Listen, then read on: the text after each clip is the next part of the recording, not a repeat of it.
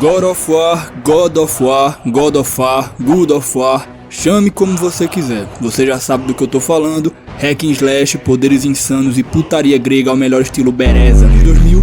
E claro, o nosso mano careca Kratos da pele pálida e tatuagem vermelha. Um clássico que nessa altura dispensa apresentações, mas hoje eu tô aqui pra te contar essa história de outra forma. O que de fato é God of War para além da nossa nostalgia. Então passa teu café e pega teu lanche que hoje a gente vai dar uma olhada no fracasso que é God of War 1. Let the rage of the gods drive your blades, Kratos.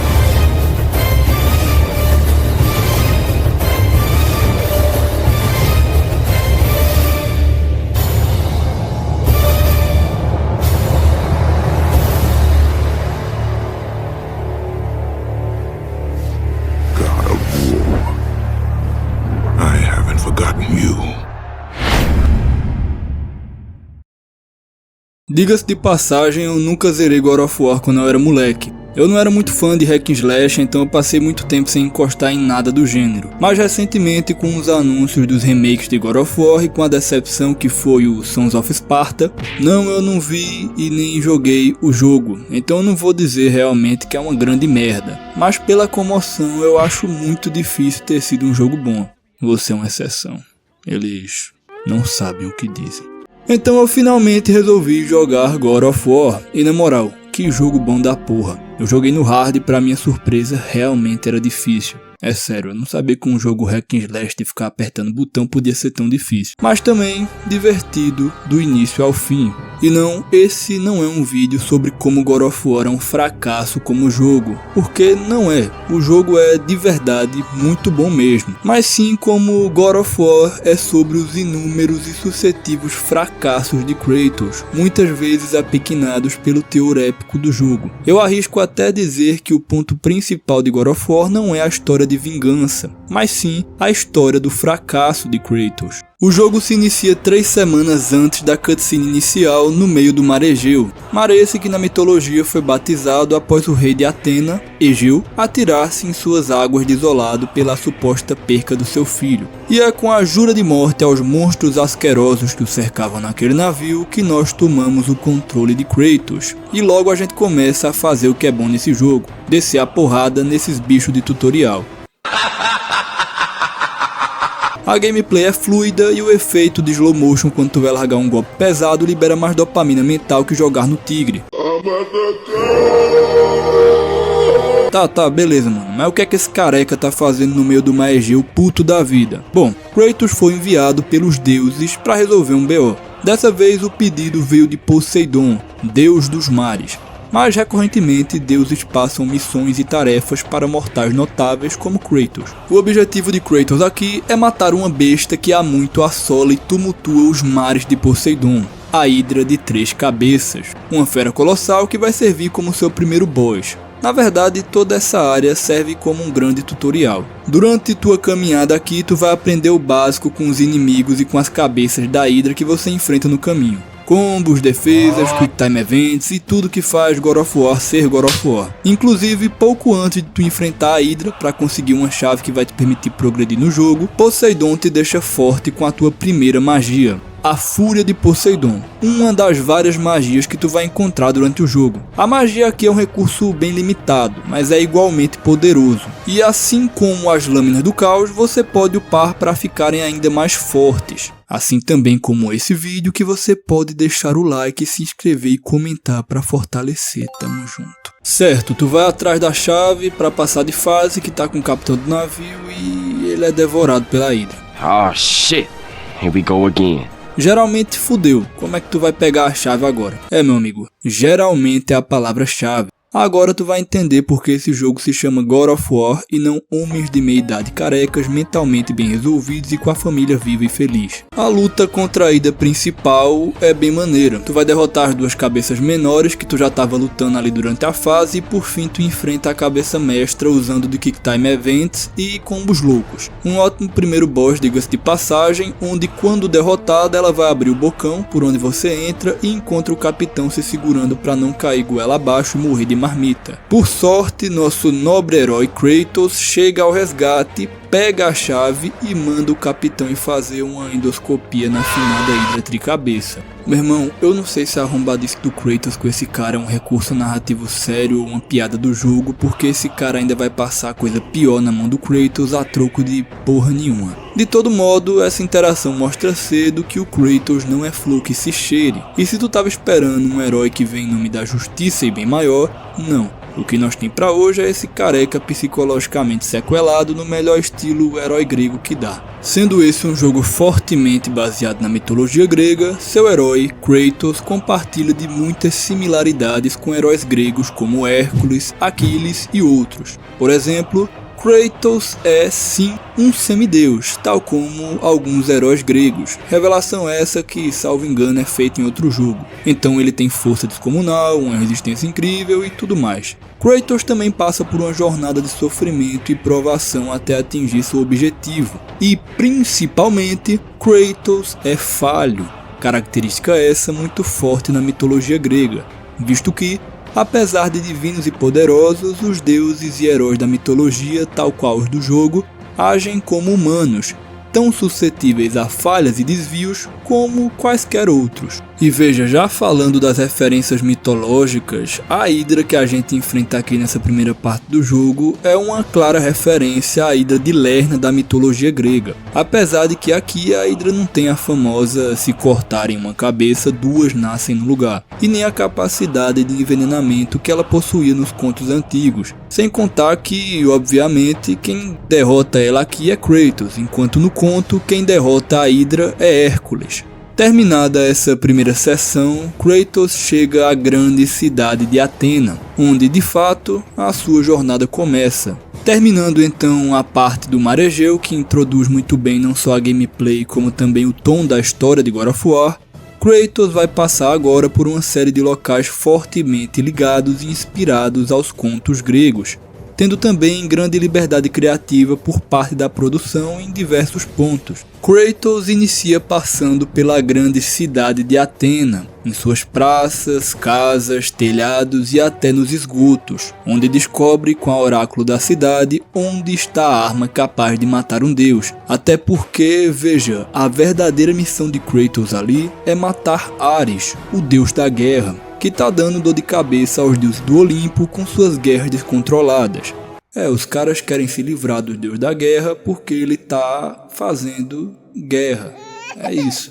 Mas o jogo não é um grande Ctrl+C e Ctrl+V mitológico, não se engane. Por exemplo, uma das diversas mudanças que a produção toma liberdade para fazer é a do Minotauro, que no jogo se torna uma espécie de tribo. Nós encontramos vários durante o jogo como se realmente fosse uma raça daquele mundo, sendo que nos contos só havia um Minotauro, que é o Minotauro preso no labirinto do conto de Teseu. Fala, minha Nossa Senhora! Coisa similar ocorre também com a Medusa, que enquanto na mitologia se trata de uma única mulher amaldiçoada, no jogo também é usada como base para inimigos comuns. Tendo passado por toda a cidade e templo de Atena, você conseguirá a passagem para o Deserto das Almas Perdidas, que se trata de uma localização ficcional criada para o jogo, pois não tem ligação com os contos até onde eu sei. O Deserto das Almas Perdidas é um deserto imenso, quiçá até mesmo infinito, onde o titã Cronos está preso em seu castigo, condenado a carregar em suas costas o templo de Pandora por toda a sua vida, diminuído a um animal que se aproxima ao ouvir um berrante. Bom dia, minha princesa. Eu quero te desejar o clima mais maravilhoso e incrível do Brasil. Eu quero que... A grande diferença aqui é sobre o castigo de Cronos, o titã, pai de Zeus, Poseidon e Hades, que devorava seus filhos recém-nascidos com medo de que uma profecia que previa sua derrota por um de seus filhos se cumprisse. Enquanto nos contos o fim do titã se dá acorrentado nas profundezas do Tártaro, que é o inferno grego, após ser derrotado por seu filho Zeus, aqui o fim de Cronos foi no Deserto das Almas Perdidas, carregando nas suas costas, ironicamente, a arma para matar um deus, a Caixa de Pandora. A Caixa de Pandora nos contos serve como uma tentação similar à maçã do Éden. A regra era simples, não abra a Caixa de Pandora, pois caso contrário, todo o mal será liberado e recairá nos homens. A questão é que os deuses podiam ter confinado os males dos homens em um lugar seguro, fora do alcance dos mortais, mas não, a entregaram em forma de armadilha a uma mortal que posteriormente a abriu por curiosidade, liberando assim no mundo todos os males conhecidos pela humanidade, ou seja, guerras, doenças, inveja e tudo mais. Mas aqui em God of War a gente já viu que o mundo tá pros caralhos, já tem guerra, já tem doença, os males estão todos por aí. Então, se a caixa já foi aberta anteriormente, tal qual o conto, o que restou para ser guardado? Bom, tal qual o conto, após todos os males saírem da caixa de Pandora, ou do jarro de Pandora, como alguns contos descrevem, a única coisa que resta dentro da caixa de Pandora é a esperança. E sim, é isso que faz um mortal conseguir matar um deus em God of War. Assim como nos mitos dos heróis gregos, a jornada de Kratos também é cheia de hipérboles e exageros. Por exemplo, quando a gente toca o berrante e chama o Cronos, o Kratos se prende nele e passa 3 dias escalando até chegar no templo de Pandora. É aquilo, é um exagero, mas é um exagero que serve para dar uma proporção melhor no tempo do PlayStation 2, que eles não conseguiam colocar um titã que fizesse jus a 3 dias de escalada em tamanho. Representação essa, inclusive, que foi corrigida no God of War 3, além de que esse tipo de exagero também acaba sendo comum aos próprios heróis da mitologia grega.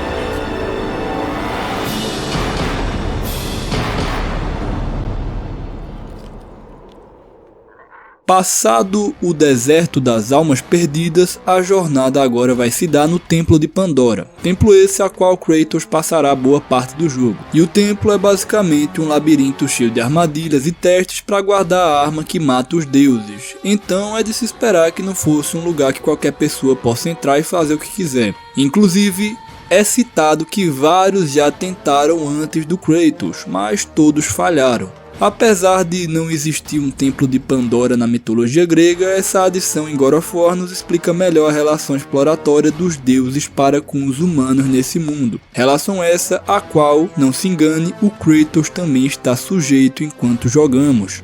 O templo foi construído por um grande arquiteto, Patos III, que foi incumbido pelos deuses a construir um templo tão mortal e traiçoeiro capaz de guardar e proteger a caixa de Pandora. E Patos, admirado pela confiança que os deuses depositaram em si, se entregou de corpo e alma à construção daquele templo, tendo apoio, a princípio, de seus 2 filhos e de sua mulher. A própria progressão no templo depende das cabeças dos filhos do arquiteto que foram integradas como chaves à estrutura do labirinto posteriormente. O que nos revela que em dado momento Patos III enlouqueceu enquanto construiu o templo e usou até mesmo da morte de seus filhos para que a construção do templo fosse aprimorada. Encontramos também durante a exploração desse lugar várias escritas que comprovam a progressão da culpa de Patos por sua devoção cega, que no fim, após tantas atrocidades, percebeu que seus deuses, a quem tanto confiava e admirava, não o abandonaram, pois com ele nunca de fato estiveram. A gente encontra durante a travessia aqui nessa parte as tumbas dos filhos do arquiteto e do próprio arquiteto mais ao final. E a gente consegue ver claramente nas escritas a linha tênue da loucura de Patos III se acentuando cada vez mais. Na tumba do filho mais novo está escrito: "Meu filho mais novo não vai rir mais, morto em serviço de seu pai, morto em serviço dos deuses. A construção desse templo tomou a vida dele. Talvez você tenha sorte o suficiente para que não tome a sua." Na tumba do filho mais velho está escrito: "Meu segundo e último filho, ele seguirá seu irmão nos campos do Elísio. No meu coração, sei que devo continuar meu trabalho em nome dos deuses, mas eles pedem tanto e... Por último, a minha alma começou a duvidar." E por fim, na tumba do próprio arquiteto, encontramos uma carta manchada de sangue junto a 2 cadáveres, e nela está escrito: tentou me parar. Ela disse que os deuses são tolos, então eu sou um tolo. Ela talvez estivesse certa, mas eles vieram até mim, eles acreditaram em mim. Ela tinha que ser parada, mas agora eles se foram, toda a minha família. Eu não consigo continuar. E se você acha que a jornada do Kratos é muito diferente da de Patos III, lembre-se que essa é uma história sobre fracasso. Apesar do desejo de vingança de Kratos, ele só está tendo uma fagulha de esperança de matar o Ares porque os deuses o manipulam até esse destino. Lembre-se, é de interesse dos deuses que Kratos o faça, e Kratos assim o faz por devoção e fé na benevolência divina, por sua tão sonhada recompensa, mesmo após perder tudo o que tinha, tal qual Patos III. Tanto é essa ajuda dos deuses que, mesmo sendo literalmente morto por Ares enquanto tentava abrir a caixa de Pandora, o que normalmente seria o fim para qualquer pessoa, Kratos consegue sair do inferno com a ajuda de Zeus. Sim, esse coveiro é o Zeus disfarçado, que cavou uma passagem até o inferno de Hades para que Kratos pudesse voltar dos mortos. Pois é, inclusive Zeus também tinha essa brisa de ficar se transformando nos contos, mas a maioria das vezes que ele fazia isso era para comer alguém e ele se transformava em algum bicho. Não me pergunte por que caralhos. Agora repare que o Kratos durante toda a história do início ao fim não conseguiu nada que ele realmente queria. No início da história, por exemplo, o Kratos orquestrava o lado dos espartanos em uma guerra contra os bárbaros, mas ele perdeu e, prestes a morrer numa derrota avassaladora para os espartanos, o Kratos entrega sua alma a Ares em troca da vitória absoluta naquela cena que deu início a toda a merda que acontece na saga grega de God of War. But to Kratos, victory was worth any price, even his soul. Ares! Destroy my enemies, and my life is yours!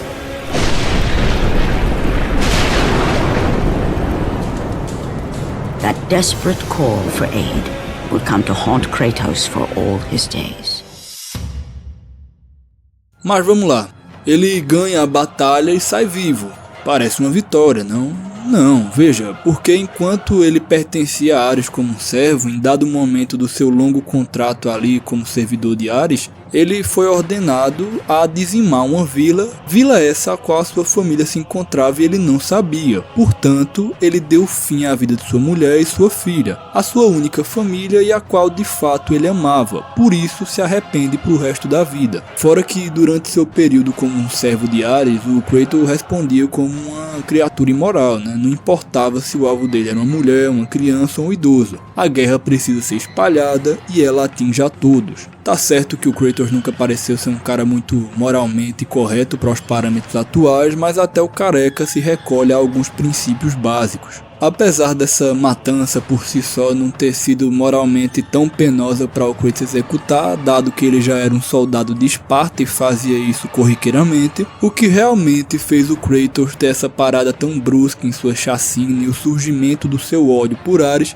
foi justamente o plano do deus da guerra para que Kratos eliminasse sua família sem saber, tornando-se assim um guerreiro completo, livre de quaisquer humanidade e amarras que o afeto de uma família poderia lhe proporcionar, coisa essa que o Kratos de fato se tornou. O que Ares não contava é que Kratos não ficaria grato por isso, mas ele ficaria na verdade muito do puto. Vale lembrar também que Kratos é um guerreiro espartano, um dos soldados de uma civilização extremamente militarizada e que desde a infância passavam por treinamentos militares rigorosos onde aprendiam a ser resilientes em condições adversas e também a obedecer cegamente seus senhores para que posteriormente fossem aos campos de batalhas onde batalhavam até seus 30 e poucos anos se tivessem, claro, essa sorte de chegar até lá. O Kratos inclusive é essa figura muito dúbia, né? Em certos momentos você simpatiza com ele ali, simpatiza pela dor dele, mas por outro momento você fala, caralho mano, como é que o cara vai defender uma porra dessa?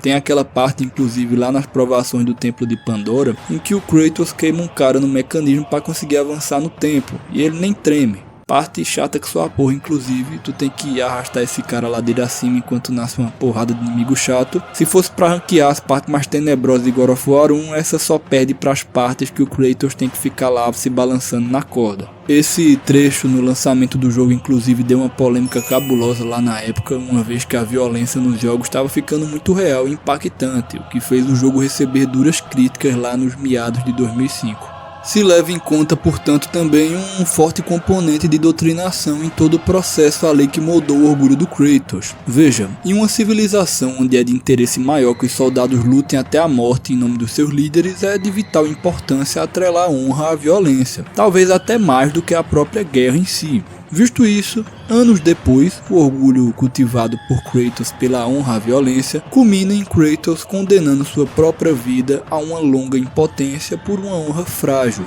Não se espanta que a nova saga de God of War retrate um Kratos que está cansado da violência. Inclusive as lâminas do caos, que são as armas que o Kratos usa durante praticamente todo o jogo, forjadas e dadas para ele pelo próprio Ares, são uma maldição atrelada à carne e à alma do próprio Kratos. Essa maldição nada mais é do que uma cicatriz que dói e persegue Kratos para onde quer que ele vá. É uma dor física descrita como queimaduras e lacerações que rasgam o portador da arma a cada uso. E também uma dor na alma, lembrando sempre a Kratos qual foi a escolha que o tirou tudo que ele amava em nome do seu orgulho. Esse então é o início do grande fracasso de Kratos. Vendendo sua alma a Ares para uma vitória momentânea, ele perde sua potência não só como homem, mas também como pai e marido, tornando-se uma criatura tão vil a ponto de ser reconhecido e temido como o fantasma de Esparta. Uma lenda de ressentimento que não tem na vida propósito maior senão sua vingança.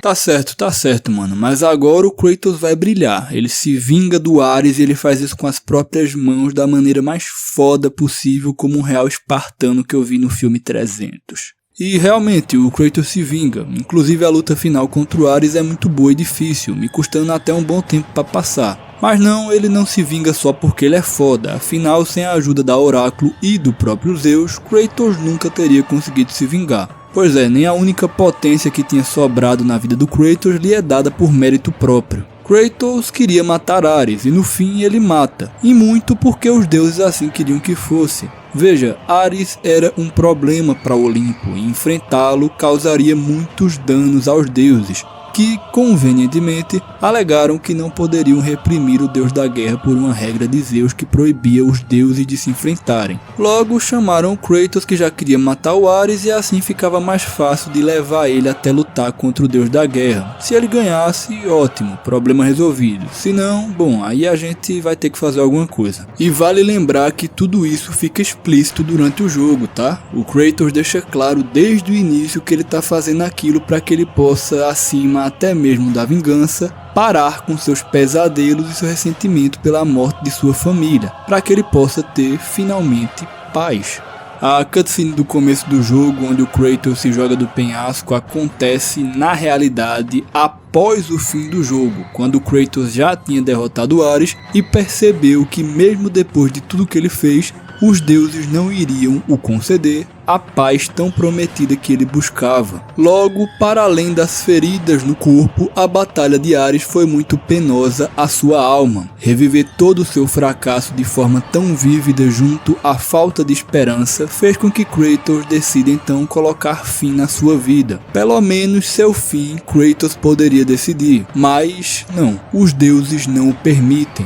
Afinal, Kratos é útil demais para morrer, e quem melhor para ser o novo deus da guerra do que quem matou o último? Percebe agora como o fim de God of War é cruel e acima de tudo um fracasso lendário. Kratos não conseguiu paz, nem mesmo na morte, já que essa lhe foi negada. E agora ele vai passar a vida propagando a mesma guerra que lhe tirou tudo. God of War 1 é sobre a impotência de uma vida trágica elevada à escala divina. E finalmente, Kratos sobe pelas escadas do Monte Olimpo, sentando-se no trono e se tornando o novo deus da guerra. And from that point forward, throughout the rest of time, whenever men rode forth to battle for good cause or for evil, They did so under the watchful eye of the man who had defeated a god. They were driven forward by Kratos, the mortal who had become the new god of war. E agora minhas considerações finais. Como o jogo, God of War é muito bom. Puta que pariu, eu não esperava que eu fosse me divertir e gostar tanto desse jogo. Inclusive, a princípio, a ideia do vídeo seria sobre trazer as mecânicas e a progressão do jogo de uma forma mais focada na gameplay. Mas posteriormente eu descartei essa ideia porque, apesar de ser um jogo bom, é um hack and slash. Você aperta uns botões para matar uns inimigos fracos, usa umas magias, pega uns upgrades, pega umas magias novas e acabou o jogo. Já a narrativa a gente consegue explorar de uma forma mais bacana, uma vez que a força de God of War tá muito nessa mitologia, nesse épico, nessa tragédia que o Kratos traz junto com ele. E talvez acima disso até mesmo a própria raiva do Kratos, uma vez que a gente acompanha toda a jornada do Kratos tendo em vista que ele não é o herói, ele não é um cara tão bom, mas ao mesmo tempo é isso que o faz ser um personagem tão carismático. Ele é falho, acima de um herói grego, ele é humano. Que God of War é sobre impotência e fracasso você já deve ter ouvido, mas sabe o que não é impotente? Tua capacidade de deixar o like, se inscrever e largar um comentário. E caso tenha gostado do vídeo, ativa o sino para ouvir mais sobre eu falando e dando pitaco sobre assuntos diversos de diversas formas. No mais é isso e até a próxima. Tamo junto. Jesse, olha pra mim. Agora você é um cu.